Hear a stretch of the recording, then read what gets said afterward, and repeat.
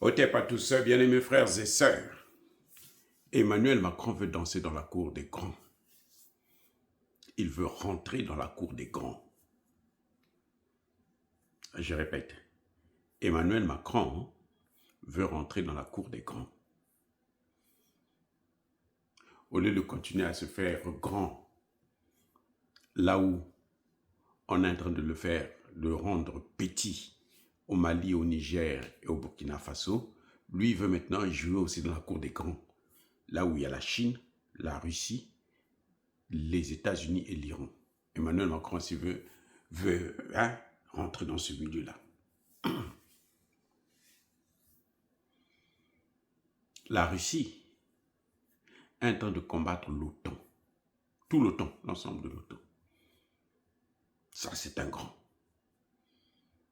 Je reprends. La Russie est en train de combattre l'OTAN. La Chine contrôle les terres rares du monde entier. Toutes les armées, excepté celle de la Russie. La Chine est capable de bloquer n'importe quelle armée au monde. L'Iran a réduit à néant l'oncle Sam. L'Iran a humilié l'homme à la cravate rouge. Il ne peut plus dire que lui, il est fort, que lui, il est suicidé. L'Iran l'a alors foudroyé. Et Emmanuel Macron, qui a passé tout son temps à sortir ses muscles en Afrique, veut aussi venir jouer dans ces grands, parmi ces grands-là. Les amis. Ouais, vous croyez qu'il est normal? Il ne peut pas être normal. Comme ça, il ne peut pas être normal. Il ne peut pas. Je vous ai dit, ça dit que c'est le plus bête de sa génération. De tous les chefs d'État de la Ve République. Le plus ridicule. Écoutez ce que dit Emmanuel Macron. Emmanuel Macron veut amener son navire, son porte-avions, le Charles de Gaulle, pour intervenir, pour ouvrir le détroit d'Ormuz. Macron dit à Trump, nous avons déjà préparé une mission avec les Britanniques et les Allemands pour aller ouvrir le détroit d'Ormuz une fois que l'accord est finalisé.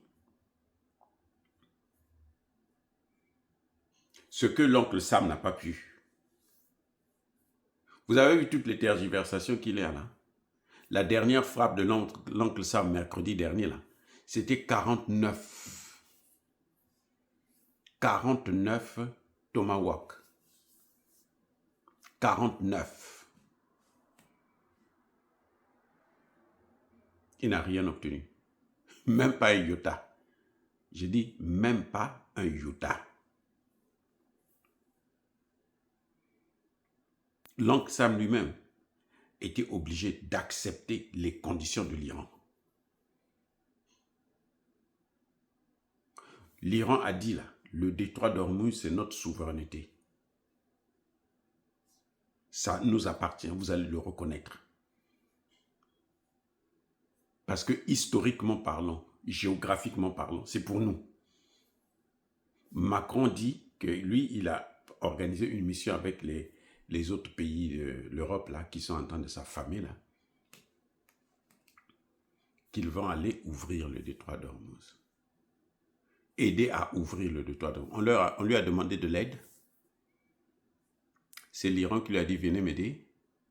Là où l'Iran dit à l'oncle Sam, tu n'as pas ta place ici là, pour ouvrir le détroit d'Ormuz là, ne viens pas, j'ai pas besoin de toi.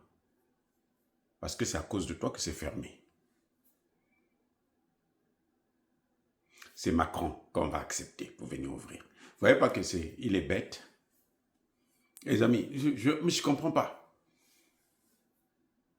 Il peut réfléchir un peu, se dire que, ah, mais écoutez, là où ils se sont battus là-bas, ils ont essayé, ils n'ont pas pu, c'est pas moi qui vais le faire. dans le Golfe, là, hein, les vrais porte-avions de l'oncle Sam, les plus gros au monde, le Gerald Ford, le Lincoln Abrams. Gerald Ford, on l'a ramené jusqu'aux États-Unis. Ça y est, en ce moment, chez l'oncle Sam, au garage. Au moment où je vous parle, ça y est, au garage. Un porte-avions qui a coûté 13 milliards de dollars. C'est de retour au garage. On doit tout reprendre. On nous a dit qu'il y a eu un incendie là. En fait, en réalité, les experts vous disent qu'il a été touché par l'Iran, frappé par l'Iran. Abraham Lincoln est à plus de 1000 kilomètres des côtes iraniennes, du fameux détroit d'Ormuz. Les destroyers américains sont rentrés.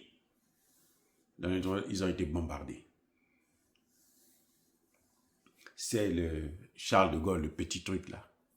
Ce jouet qui est fait pour aller au Gabon, au Congo-Brazza, au Cameroun, aller montrer un peu, bon, nous aussi on existe. C'est ça qui va venir ouvrir le détroit d'Ormuz. Arrêtons avec ça, les amis. Parlons d'autre chose. Hein? Soyez bénis, j'ai dit.